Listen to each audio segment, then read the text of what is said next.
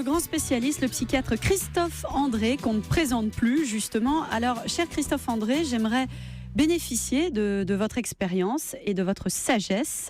Vous nous avez parlé des bienfaits de la méditation dans la première partie de l'émission.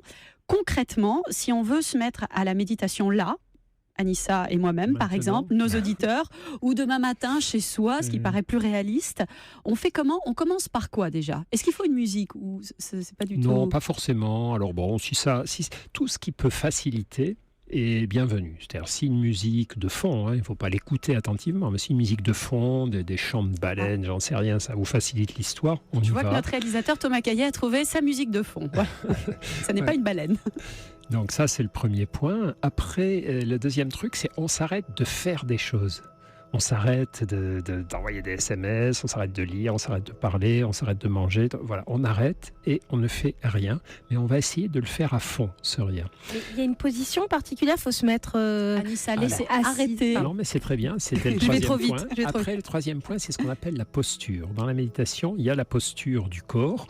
En général, pour éviter de s'endormir, parce que sinon, on s'endort très fréquemment, on recommande aux débutants, en tout cas, de méditer assis. On peut faire ça sur une chaise, pas besoin de se mettre en position du lotus, en tailleur par terre, etc. Sur une chaise, le dos droit, on ne se serre pas du dossier, les pieds à plat et les mains posées sur les cuisses, paume vers le bas, paume vers le haut.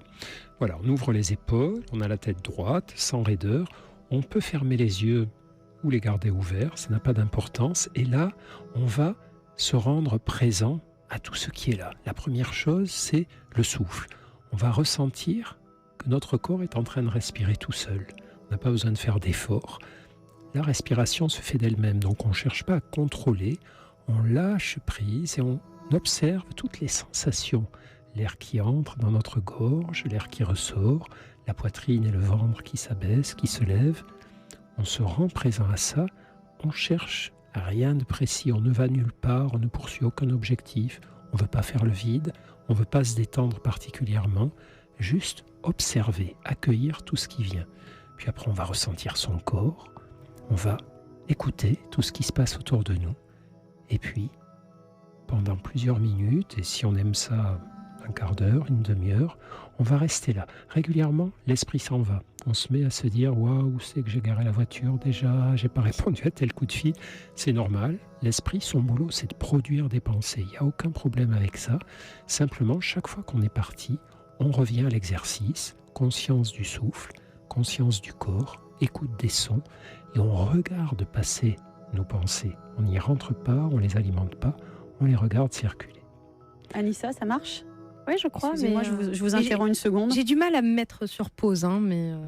Mais j'imagine que c'est marcher. un exercice, comme pour tous les exercices physiques, c'est un entraînement, on y va petit à petit. Et vous savez ce que nous disons à nos patients, on leur dit voilà, quand on leur fait faire pour la première fois ce genre d'exercice, on prend un peu plus de temps, mais c'est vrai qu'à la radio, les longs temps de silence, non, mais c'était très agréable. C'est un peu compliqué.